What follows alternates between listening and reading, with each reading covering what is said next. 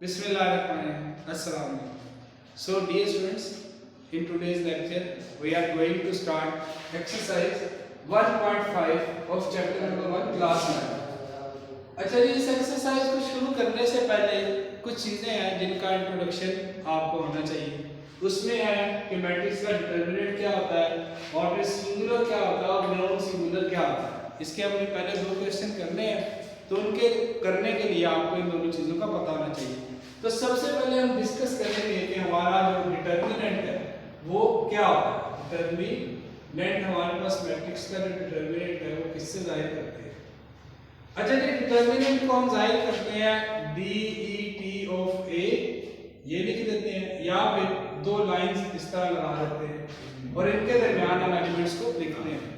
अब determinant find out कैसे करते हैं 2 by 2। मैं यहाँ पर एक मैट्रिक्स लिखता हूँ ए मैट्रिक्स। जब मैं ए मैट्रिक्स लिखूंगा फॉर नंबर 1 5 2 and 7, ये मैंने एक मैट्रिक्स लिख लिया। अब मैंने इसका निकालना डिटर्मिनेंट। डिटर्मिनेंट के लिए हम इसके डायगोनल्स के जो एलिमेंट्स हैं उन्हें आपस में मल्टीप्लाई कर देते हैं। ये मेरा डायगोनल का एलिमेंट है, और फिर नॉन डायगोनल एलिमेंट को भी आपस में क्या करते हैं, मल्टीप्लाई कर देते हैं और दरमियान में माइनस का साइन आ जाता है। देखिए अब हम इसे करके देखेंगे।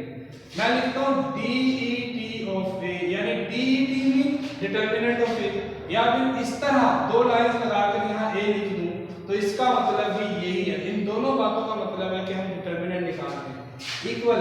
मैंने बताया डिटर्मिनेंट निकालने के लिए पहले डायगोनल एलिमेंट्स को मल्टीप्लाई करेंगे। 1 को मल्टीप्लाई करूंगा मैं किससे जी, 7 से। उसके बाद यहां पर साइन आएगा माइनस का। फिर ये जो नॉन डायगोनल एलिमेंट है 2 और 5, इन्हें हम आपस में मल्टीप्लाई कर देंगे 2 and 5। तो 1 7 are 7 माइनस 2 5 are 10, तो इसका आंसर क्या आ गया 10 minus 7, तो मेरे पास आ जाएगा -3। तो इस तरह से हमने इसका क्या निकाल लिया, डिटर्मिनेंट निकाल लिया। इसकी कोई एक आध एग्जांपल और कर लेते हैं छोटी सी। फॉर एग्जांपल एक बी मैट्रिक्स में ले लेता हूं 2 7 -3 and 10। लेकिन इसका डिटर्मिनेंट निकालना तो उसी तरह से हमें क्या करना है, डायगोनल एलिमेंट्स को आपस में मल्टीप्लाई कर देना करना। यानी मैंने डिटर्मिनेंट ऑफ बी, और यहां पर क्या करेंगे 2 को 10 से, दरमियान में -3 को 7 से, फिर ये नॉन डायगोनल एलिमेंट्स को आपस में मल्टीप्लाई, -3 इस 7 से मल्टीप्लाई हो जाएगा। तो 2 10s are 20, ये माइनस मल्टीप्लाई हो गया, प्लस 7 3s are 21, तो इसका आंसर आ जाएगा 41 जब मैं 21 और 20 को ऐड करूंगा। अब हम देखते हैं सिंगुलर और नॉन सिंगुलर मैट्रिक्स हमारे पास क्या होता है। सिंगुलर की बात करेंगे सबसे पहले। सिंगुलर क्या होता है, सिंगुलर मैट्रिक्स। एक मैट्रिक्स को हम सिंगुलर कब कहेंगे। अच्छा जी, एक मैट्रिक्स को हम सिंगुलर कहेंगे अगर मैं उसका डिटर्मिनेंट निकालूं और उसका आंसर आ जाए 0, तो वो मेरे पास क्या होगा, सिंगुलर। फॉर एग्जांपल मेरे पास एक ए मैट्रिक्स है यहाँ पर 3 5 0 0। अब मैंने इसका क्या निकालना है, डिटर्मिनेंट। जब मैं ए का डिटर्मिनेंट निकालूंगा यानी 3 5 0 0, इसका डिटर्मिनेंट निकालने के लिए इस तरह से मैंने लाइन लगाना। अब 3 0 और 5 0 का आपस में क्या करना है, मल्टीप्लाई, यानी 3 भी 0 से मल्टीप्लाई हो गया, माइनस 0 और 5 भी मल्टीप्लाई हो गया। तो 3 को 0 से मल्टीप्लाई करेंगे 0 आएगा, माइनस 0 को 5 से करेंगे 0, तो 0 माइनस 0 वो भी क्या आएगा, 0। तो इस मैट्रिक्स का जब मैंने डिटर्मिनेंट निकाला तो वो क्या आ गया, 0। तो एक ऐसा मैट्रिक्स जिसका डिटर्मिनेंट 0 के इक्वल आ जाए वो सिंगुलर होता है। और नॉन सिंगुलर क्या होता है, नॉन सिंगुलर के लिए ये कंडीशन है कि उसका जो डिटर्मिनेंट है वो 0 नहीं होना चाहिए। मसलन हम कोई बी मैट्रिक्स लेते हैं यहाँ पर 3 5 1 and 2, इसका मैं डिटर्मिनेंट निकालता हूँ। जब मैं यहाँ पर लिखूंगा बी डिटर्मिनेंट, तो इस तरह से दो लाइंस लगाऊंगा, इनके एलिमेंट्स लिख दूंगा 3 5 1 and 2, और इसके डायगोनल्स को पहले मल्टीप्लाई कर दूंगा। 3 को 2 से मल्टीप्लाई किया, माइनस आ गया, और 5 को 1 से करूंगा। अब इसे सोल्व करूंगा तो 3 2s are क्या आ जाएगा 6, माइनस 5 1s are 5, तो इसका आंसर क्या आएगा 1, which is not equal to 0।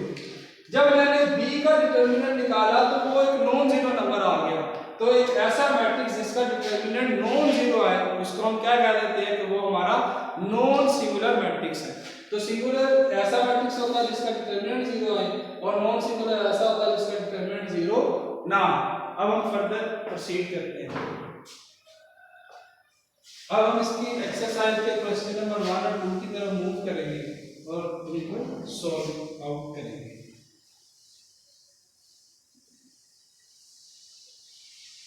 देखिए क्वेश्चन नंबर 1 जो है इस एक्सरसाइज का वो मुझे कहता है फाइंड द डिटरमिनेंट्स। तो मैंने क्या निकालना है क्वेश्चन नंबर 1 इस एक्सरसाइज में कहता है find the determinants of the following. तो हम वन बाय वन इसके तमाम पार्ट्स को करेंगे। ए पार्ट मेरे पास जो है इसका क्या है जी -1 1 2 एंड 0। तो मैंने इसका क्या निकालना है डिटरमिनेंट। डिटरमिनेंट निकालने के लिए आप क्या करें ए लिखें, इसके राउंड अबाउट ये दो लाइन लगा दी। इसी तरह इस मैट्रिक्स को लिख लें -1 1 2 एंड 0 ये लाइन लगा दी। अब हमने क्या करना है डिटरमिनेंट में इसके डायगोनल एलिमेंट को मल्टीप्लाई करना है, यानी -1 मल्टीप्लाई होगा 0 से, दरमियान में माइनस आ जाएगा और 2 मल्टीप्लाई किससे हो जाएगा 1 से। 2 को 1 से मल्टीप्लाई कर देंगे तो -1 * 0 0 -2 1s are 2 तो -2 में से 0 निकाला तो -2 आ जाएगा। तो इस तरह से हमने इस मैट्रिक्स का डिटरमिनेंट निकाल लिया। सो अब इसका हम सेकंड पार्ट देखते हैं। सेकंड पार्ट मेरे पास है b मेरे पास क्या है b 1 3 2 एंड -2। अब इसका मैंने क्या निकालना है यहाँ से डिटरमिनेंट। डिटरमिनेंट निकालने के लिए मैं b लिखूंगा, इसके ये जो लाइन है ये रिप्रेजेंट करती है डिटरमिनेंट को बेसिकली। यहाँ पर मैं लिख दूंगा 1 3 2 एंड -2। अब हमने इन्हें क्या डायगोनल में इन्हें मल्टीप्लाई कर देना है, यानी 2 को -2 को पहले 1 से करना है, यानी 1 विल बी मल्टीप्लाई बाय -2, दरमियान में माइनस आएगा। 3 विल बी मल्टीप्लाई बाय 2 और 3 मल्टीप्लाई हो जाएगा 2 से।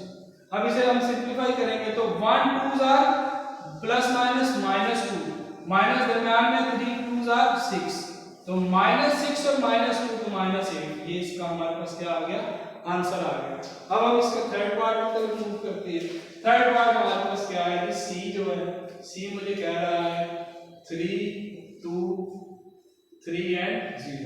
इसका हमने क्या निकालना है डिटरमिनेंट। तो डिटरमिनेंट निकालने के लिए हम पहले सी लिखेंगे, यहाँ पर दो लाइंस ये लाइन रिप्रेजेंट करती है डिटरमिनेंट को, फिर सी की वैल्यूज लिखेंगे यानी 3 2 3 एंड 2 ये लाइंस लगा दी। अब हमने क्या करना है डायगोनल्स में मल्टीप्लाई करना है, यानी पहले 3 को 2 से मल्टीप्लाई करूंगा मैं, 3 को 2 से, दरमियान में क्या आएगा माइनस और फिर नॉन डायगोनल एलिमेंट्स को यानी 3 को इस 2 से मल्टीप्लाई कर दूंगा, 3 को 2 से तो 3 2s are 6 minus 3 2s are 6 सो 6 6 से कैंसिल तो आंसर क्या आ गया मेरे पास 0। So now we will move towards this fourth part D part.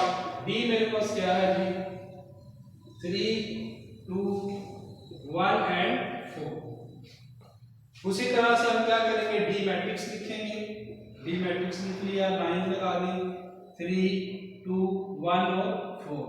अब हम इन्हें डायगोनल्स में क्या कर लेंगे मल्टीप्लाई कर लेंगे, यानी 3 को पहले मैं किससे मल्टीप्लाई करूंगा जी 4 से, दरमियान में माइनस और फिर 2 को किससे मल्टीप्लाई करना है हमने 1 से, सो 1 will be multiplied by 2 so 3 4s are 12 minus 2 1s are 2 12 minus 2 so answer will be 10।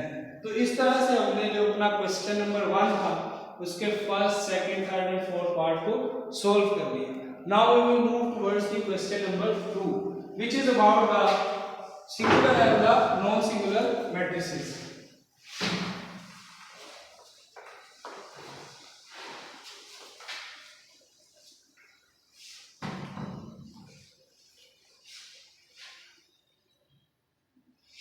So dear students, जो क्वेश्चन नंबर 2 है वो कहता है कि which matrices are singular and non singular। हमने बताना है क्वेश्चन नंबर 2 में कि कौन से सिंगुलर है और एंड नॉन सिंगुलर और कौन से नॉन सिंगुलर है। इसके लिए हम इसके वन बाय वन पार्ट्स को करेंगे और देखेंगे। देखिए सिंगुलर की कंडीशन आपके माइंड में हो, ऐसा मैट्रिक्स जिसका डिटरमिनेंट 0 हो वो सिंगुलर है, और ऐसा मैट्रिक्स जिसका डिटरमिनेंट 0 नहीं है वो नॉन सिंगुलर है। अब इसको हम प्रैक्टिकली करते हैं क्वेश्चन नंबर 2 में। इसका जो फर्स्ट पार्ट है ए मेरे पास है जी 3 6 2 एंड 4, ये मैंने यहाँ पर मैट्रिक्स लिख लिया। अब मैं इसका क्या निकालूंगा जी, डिटरमिनेंट।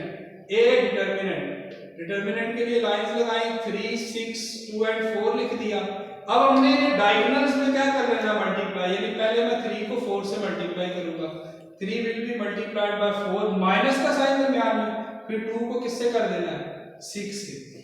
यहां पर लिखने के बाद इसे सिंपलीफाई करते हैं हम, तो हमारे पास क्या आता है, 3 4 आर 12 माइनस 2 6 आर 12, और 12 माइनस 12 क्या आंसर आ जाएगा, 0।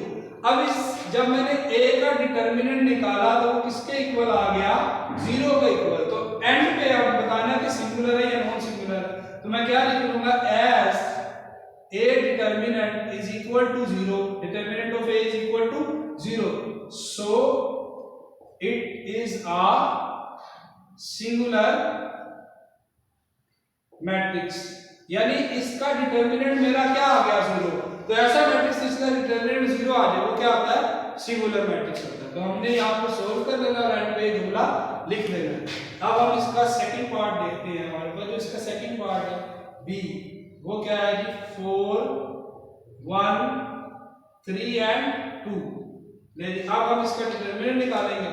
जब मैं बी का डिटरमिनेंट फाइंड आउट करूंगा उसके लिए पहले मैं लिख लूंगा 4 1 3 एंड 2, और इनको हमने डायगोनल्स को आपस में क्रॉस में मल्टीप्लाई कर लेना, यानी 4 को 2 से पहले मल्टीप्लाई करूंगा मैं, 4 will be multiplied by 2, minus 3 को किससे कर देना जी, 1 से कर देना, and 3 will be multiplied by 1। अब इसे हम सिंपलीफाई कर लेंगे, 4 2 आर 8 माइनस 3 1 आर 3, और 8 में से 3 को माइनस करेंगे तो 5 आ जाएगा, which is not equal to 0।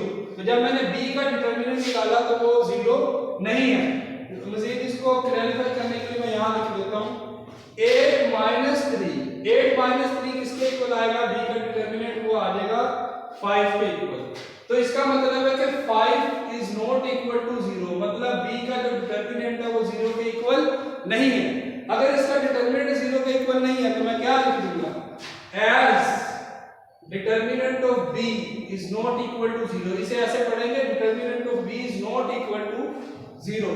Not equal to के लिए हम क्या करना है, इक्वल को क्रॉस कर देना है, सो it is a non singular matrix. अच्छा, जब हमने सोल्व कर लेना है ना क्वेश्चन को, उसके बाद एंड पे आपने एक जुमला लिख देना है कि वो सिंगुलर है या नॉन सिंगुलर है। Now we will do its third part which is c is equal to 7 minus 9 3 and 5। ये हमारे पास एक सी मैट्रिक्स है। अब हम इसका क्या निकालेंगे, c का डिटरमिनेंट के लिए इसी तरह ये लाइंस लगाएंगे, एलिमेंट्स लिखते हैं 7 माइनस 9 3 एंड 5।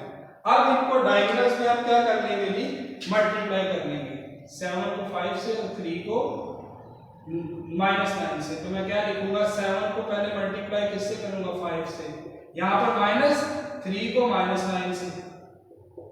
अब 7 5 आर 35, माइनस माइनस ये माइनस 9 और ये बाहर वाला माइनस मल्टीप्लाई में प्लस आ जाएगा, और 3 9 आर 27।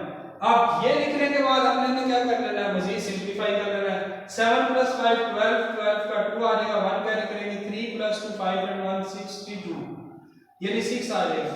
अब इन दोनों को ऐड किया 62 आ गया। अब 62 क्या है मेरा, यहाँ पर 0 नहीं आया, यानी c का जो डिटरमिनेंट है that is not equal to 0। तो मैं क्या लिखूंगा, as determinant of c is not equal to 0, so it is a non singular matrix। तो ये हमारा क्या है जी, नॉन सिंगुलर मैट्रिक्स है। इसका जो लास्ट पार्ट है, फोर्थ पार्ट, वो हम करते हैं। और देखते हैं कि हमारे पास इसका क्या आंसर है। सो हमारे पास जो इसका फोर्थ और लास्ट पार्ट है क्वेश्चन नंबर 2 का वो है डी, एंड डी हमें कह रहा है कि ये 1/2 है, 3/4 है, 1 है और 2 है। अब डी का डिटरमिनेंट निकालेंगे। डी के डिटरमिनेंट के लिए इसी तरह से ये लाइन लगा देंगे 1/2, 3/4, 1 एंड 2, और इनको हम क्या करेंगे डायगोनल्स में मल्टीप्लाई कर लेंगे, यानी 1/2 को 2 से पहले मल्टीप्लाई कर दूंगा मैं, डी डिटरमिनेंट मल्टीप्लाई बाय 2 हो जाएगा ये, और माइनस का साइन आ जाएगा, 1 मल्टीप्लाई किससे हो जाएगा 3/4 से। अब 2 से क्या हो जाएगा यहाँ पर कैंसिल, क्योंकि 2 से कैंसिल हो रहे हैं तो यहाँ 1 आ जाएगा माइनस, यहाँ पर 1 3/4 से होगा तो 3/4 आ जाएगा। अच्छा जी, इसके नीचे भी 1 है, जिसके नीचे कुछ नहीं होता 1 है, तो इनका एलसीएम क्या आ जाएगा, यहाँ पर एलसीएम आ जाएगा हमारे पास 4 1 4 जा 4 4 को इससे मल्टीप्लाई करूंगा तो 4 ही आएगा।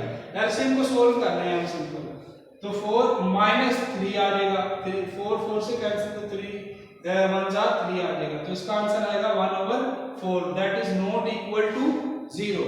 तो हम एंड पे एक लाइन लिख लेंगे, hence as determinant of b, यानी b का डिटरमिनेंट, इसको हम इस तरह से पढ़ेंगे, is not equal to 0, so it is a non singular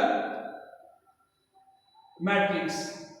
यानी हमारे पास, तो डियर स्टूडेंट्स ऐसे मैट्रिक्स जिनका डिटरमिनेंट 0 आए वो सिंगुलर होते हैं, जिनका डिटरमिनेंट 0 ना आए वो नॉन सिंगुलर होते हैं।